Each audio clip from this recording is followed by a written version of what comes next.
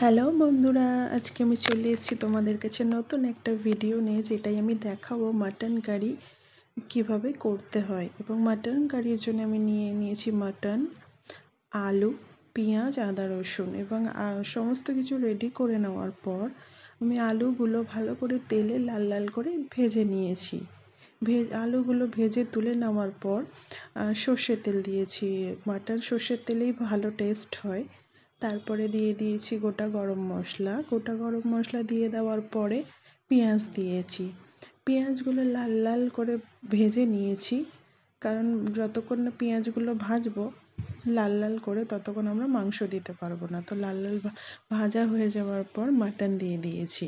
Mutton দিয়ে ভালো করে কষিয়ে নিচ্ছি যতক্ষণ না তার মধ্যে দিয়ে একটা গন্ধ এবং জল ভাবটা বেরিয়ে যায়। জল ভাবটা বেরিয়ে যাওয়ার পরে আদা রসুন পেস্ট দিয়েছি এবং আদা রসুন পেস্টটা দিয়ে ভালো করে কষিয়ে নিয়েছি যতক্ষণ না ওর মধ্যে দিয়ে একটা আদা রসুনের যে কাঁচা গন্ধটা আছে যতক্ষণ পর্যন্ত না সেটা চলে যায়।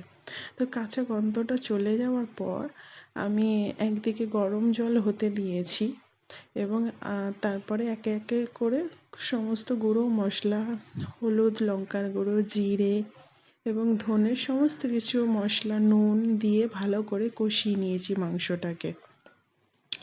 ভালো করে নাড়িয়ে নিতে হবে যাতে সেটা নিচে কড়াইতে লেগে না যায়।